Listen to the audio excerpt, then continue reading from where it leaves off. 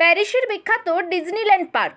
পৃথিবী জুড়ে ছোট থেকে বড় সব মানুষের আকর্ষণ এই ডিজনিল্যান্ড পার্ক। জানা যায় এই থিম পার্ক খোলা হয়েছিল 1992 সালে। 2022 সালে 3 দশক পূর্ণতা পায় এই পার্ক।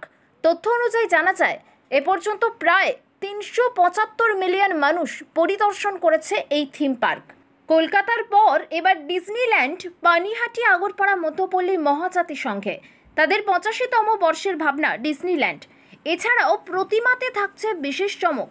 দেখে নিন বিস্তারিত নিউজ 24 বাংলার পর্দায়।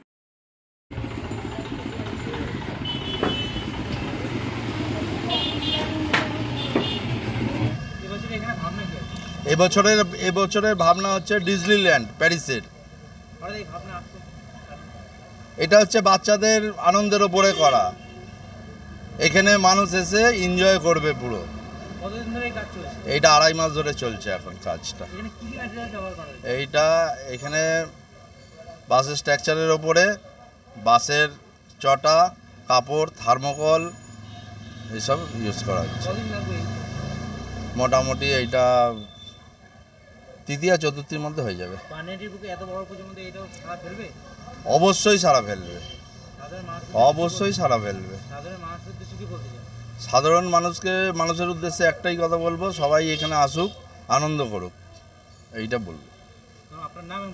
আমার নাম দেবাশিস সেন, আমি এখানকারই ছেলে, এই ক্লাবেরই সদস্য। হ্যাঁ, আমরা নিজেরাই, হ্যাঁ ওইটাই চেষ্টা চলছে। এটা 85। কী ভাবেন অ্যাকচুয়ালি আমাদের যখন এখানে মিটিং করা হয়েছিল, তো তখন আমাদের একটা জিনিস বলা হলো যে আগের বছর আপনারা সবাই জানেন যে শ্রীভূমিতে ডিজনিল্যান্ড হয়েছিল।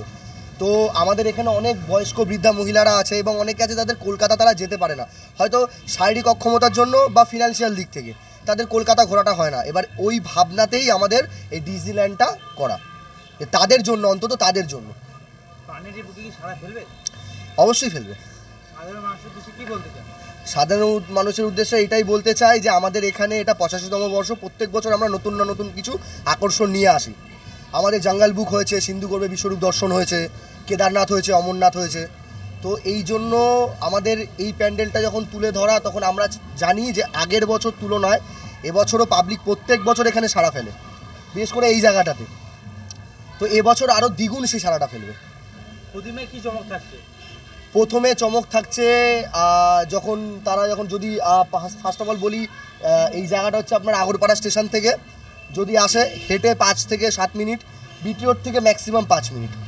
বিটিওর থেকে ঢুকবে, তারা গেট থেকে ঢুকে সিধা চলে আসবে ডিজনিল্যান্ড। প্রতিমা বলতে গেলে অ্যাকচুয়ালি যেটা ডিজনিল্যান্ড হয়েছিল সেখানে প্রতিমা কিছু মানে প্রতিমা নর্মাল হয়েছিল, কিন্তু আমাদের এখানে এইটা আমরা নতুন চমক দিয়েছি যে ডিজনিল্যান্ডের সাথে ম্যাচ করে প্রতিমা। উদ্বোধন চতুর্থীর দিন।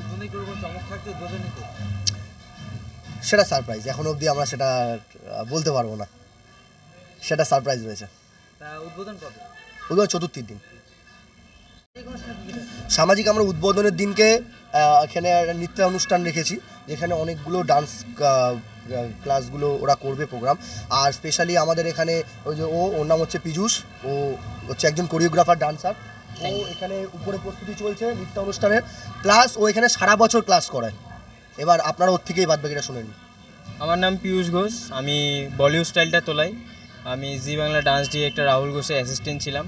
তো সেখান থেকে আমার ডান্স জার্নি শুরু হয়। তো এখানে এখন ক্লাস আমার খোলা আছে, এখন অ্যাডমিশন চলছে। তো যারা ইচ্ছুক থাকবে তারা আসতে পারবে। আর উদ্বোধনের দিনকে কি চমক থাকছে সেটা বল। উদ্বোধনের দিনে একটা চমক আছে, এখানে আমাদের সব বাচ্চারা পারফরমেন্স করবে। আরও অনেক ডান্স ক্লাস আছে, সেখানে সবাই আসবে, ডান্স করবে। তো সেদিনকে দেখা যাবে সব। আমার নাম পীযূষ ঘোষ। সাধারণ মানুষকে বলবো যে একবার আসতে। আমাদের প্রত্যেক বছর এই টুকটাক কুইজ করা হয়, রানিং লোকের মধ্যে পেন দেওয়া হয়। আমরা জানি ব্যারাকপুর, দমদম, নর্থ দমদম এরকম অনেক দূর থেকেই লোক আসে আমাদের এখানে। এবার চমক এটাই থাকছে, ডিজনিল্যান্ড আসুন, বাচ্চাদের জন্য বেশি চমক। এটা মেনলি ডিজনিল্যান্ডের টোটালটাই বাচ্চাদের উপরে, বড়দেরও খুব ভালো লাগবে। কালার রঙের উপরেই প্রতিমাতে ওরকম ধরনেরই, ডিজনিল্যান্ডের জলের ধরনেরই প্রতিমা সব কিছু হচ্ছে, মানে অন্য রকম। অরিজিনাল পুজোটা হবে মায়ের অরিজিনাল রূপে, আর ডিজনিল্যান্ডের যেটা থিম বোঝায় সেরকমভাবে।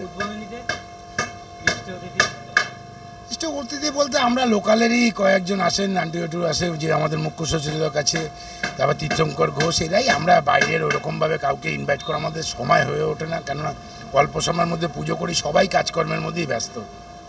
আপনার নাম এবং পরিচয়? আমার নাম হলো সুপ্রতীক ধর, আমি ক্লাবের সেক্রেটারি।